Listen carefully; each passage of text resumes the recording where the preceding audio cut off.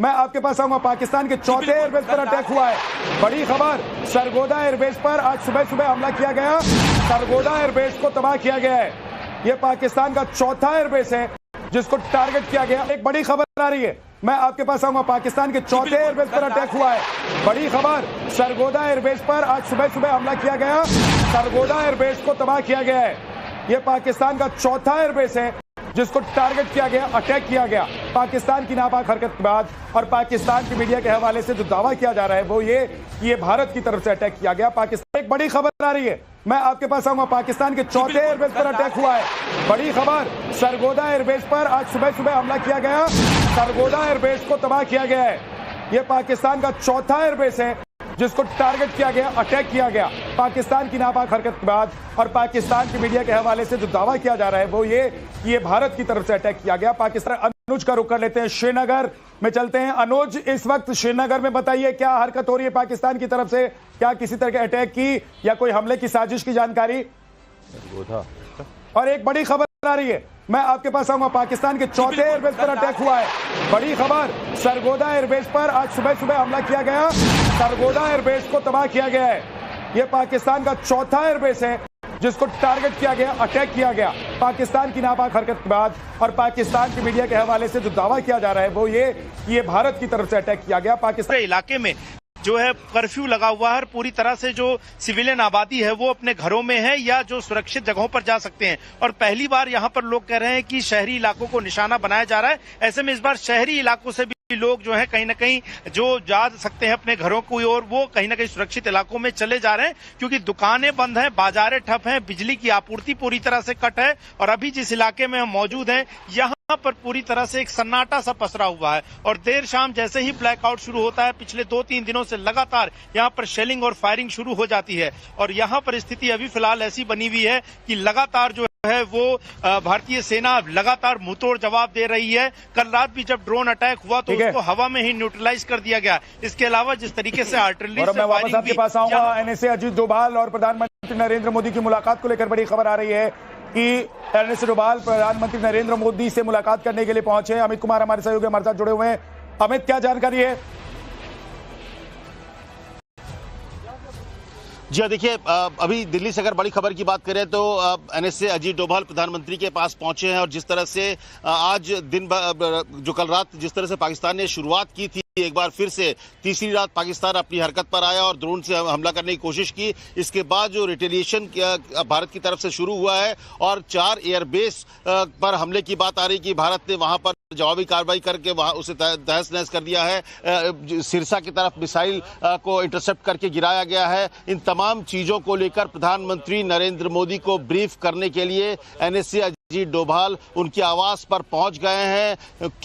किस तरीके से रात भर जो काउंटर अटैक किया गया है उसकी जानकारी दे रहे हैं और कहां पर जो हमारे जो बॉर्डर इलाके हैं वहां पर किस तरह से नुकसान कुछ जगहों पर हुआ, क्योंकि ज्यादातर जो ड्रोन्स थे उसको मार गिराया गया है, ज्यादातर मिसाइल्स जो थे उसे इंटरसेप्ट कर दिया गया है। लेकिन जो ड्रोन थे उसमें जो बारूद था कई जगह पर जब वो नीचे गिरा नष्ट होने के बाद भी तब उससे कहीं कुछ नीचे गड्ढे हो गए हैं। इसके अलावा सियालकोट में बीएसएफ ने लॉन्चिंग पैड को भी नष्ट किया है। तो इन तमाम चीजों को लेकर प्रधानमंत्री को ब्रीफ करने के लिए पाकिस्तान को जो भयानक और भयावह नुकसान हुआ है उसके बारे में भी एनएसए बता रहे होंगे प्रधानमंत्री नरेंद्र मोदी को कि पाकिस्तान का कोई शहर नहीं बचा हुआ है जहां पर पाकिस्तान में धमाका नहीं हुआ हो और पाकिस्तान का शहर दहला नहीं। एक और बड़ी खबर, बीकानेर में मिसाइल के टुकड़े मिले हैं और हम तस्वीर भी आपको दिखा रहे हैं। इसके अलावा कच्छ सिरसा में भी मिसाइल के हमले को नाकाम किया गया। और क्योंकि जब हमला नाकाम होता है तो मिसाइल जो होती है वो टुकड़ों में टूटकर गिर जाती है और उसके पार्ट्स मिलते हैं। और ठीक उसी तरीके की तस्वीर आप देख रहे हैं कि हवा में जब हमारे डिफेंस सिस्टम की तरफ से इसको नेस्तनाबूद किया जाता है, ध्वस्त किया जाता है, बर्बाद किया जाता है तो ये जमीन पर गिरता है। क्योंकि रात के वक्त में पाकिस्तान की तरफ से इस तरह की हरकत की गई, नापाक हरकत की गई, तो अब सुबह उसके टुकड़े बरामद हो रहे हैं जिन मिसाइलों को नाकाम किया गया। हरियाणा के सिरसा में पाकिस्तान के मिसाइल के ढेर मिले हैं।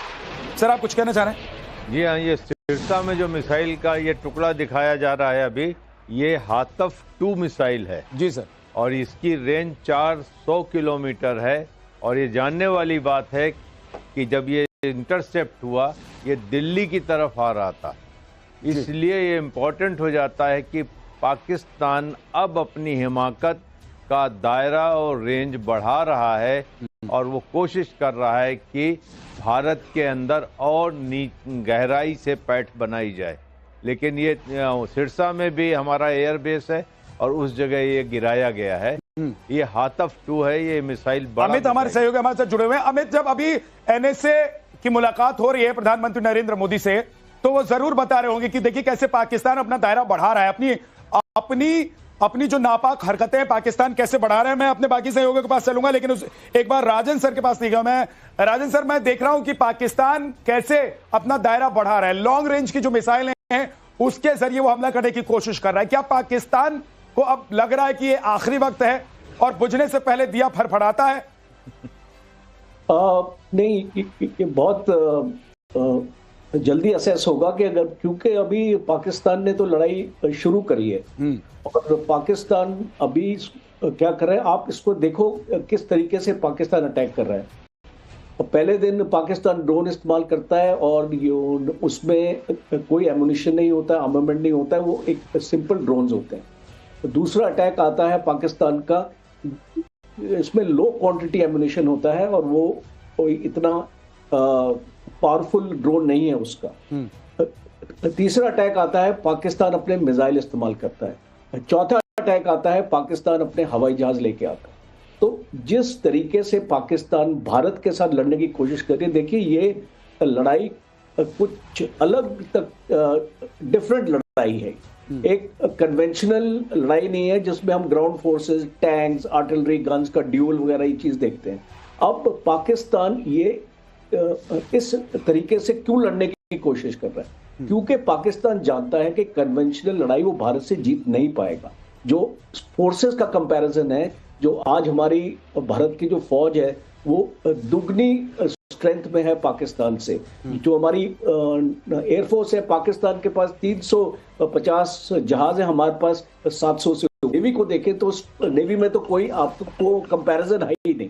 तो जब हम इसका कंपेयर करते हैं, इसीलिए पाकिस्तान, आप देखिए पाकिस्तान के पास, मैं कह रहा हूं सर कि अब बुझने से पहले दिया फड़फड़ा रहा है। मेरे कुछ सहयोगी मेरे साथ जुड़े हुए हैं। सर, मैं वापस आऊंगा आपके पास और एक बार अनुज का रुख कर लेते हैं। श्रीनगर में चलते हैं। अनुज, इस वक्त श्रीनगर में बताइए क्या हरकत हो रही है पाकिस्तान की तरफ से?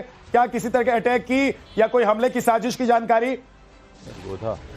और एक बड़ी खबर आ रही है, मैं आपके पास आऊंगा। पाकिस्तान के चौथे एयरबेस पर अटैक हुआ है। बड़ी खबर, सरगोदा एयरबेस पर आज सुबह सुबह हमला किया गया। सरगोदा एयरबेस को तबाह किया गया है। यह पाकिस्तान का चौथा एयरबेस है जिसको टारगेट किया गया। पाकिस्तान अभी क्या कर रहा है, आप इसको देखो किस तरीके से पाकिस्तान अटैक कर रहा है। पहले दिन पाकिस्तान ड्रोन इस्तेमाल करता है और उसमें कोई एमुनिशन नहीं होता, आर्मामेंट नहीं होता है, वो एक सिंपल ड्रोन्स होते हैं। दूसरा अटैक आता है पाकिस्तान का, इसमें लो क्वांटिटी एमुनिशन होता है और वो कोई इतना पावरफुल ड्रोन नहीं है उसका। तीसरा अटैक आता है पाकिस्तान अपने मिसाइल इस्तेमाल करता है। चौथा अटैक आता है पाकिस्तान अपने हवाई जहाज लेके आता है। तो जिस तरीके से पाकिस्तान भारत के साथ लड़ने की कोशिश कर रही है, देखिए ये लड़ाई कुछ अलग तक डिफरेंट लड़ाई है। एक कन्वेंशनल लड़ाई नहीं है जिसमें हम ground forces, tanks, artillery, guns का ड्यूल वगैरह ये चीज देखते हैं। अब पाकिस्तान ये इस तरीके से क्यों लड़ने की कोशिश कर रहा है? क्योंकि पाकिस्तान जानता है कि कन्वेंशनल लड़ाई वो भारत से जीत नहीं पाएगा। जो फोर्सेस का कंपैरिजन है, जो आज हमारी भारत की जो फौज है वो दुगनी स्ट्रेंथ में है पाकिस्तान से। जो हमारी एयरफोर्स है, पाकिस्तान के पास 350 जहाज है, हमारे पास 700 से। नेवी को देखें तो नेवी में तो कोई आपको कंपैरिजन है ही नहीं। तो जब हम इसका कंपेयर करते हैं, इसीलिए पाकिस्तान, आप देखिए पाकिस्तान के पास, मैं कह रहा हूं सर कि अब बुझने से पहले दिया फड़फड़ा रहा है। मेरे कुछ सहयोगी मेरे साथ जुड़े हुए हैं। सर, मैं वापस आऊंगा आपके पास और एक बार अनुज का रुख कर लेते हैं। श्रीनगर में चलते हैं। अनुज, इस वक्त श्रीनगर में बताइए क्या हरकत हो रही है पाकिस्तान की तरफ से? क्या किसी तरह के अटैक की या कोई हमले की साजिश की जानकारी? और एक बड़ी खबर आ रही है, मैं आपके पास आऊंगा। पाकिस्तान के चौथे एयरबेस पर अटैक हुआ है। बड़ी खबर, सरगोदा एयरबेस पर आज सुबह सुबह हमला किया गया। सरगोदा एयरबेस को तबाह किया गया है। यह पाकिस्तान का चौथा एयरबेस है जिसको टारगेट किया गया।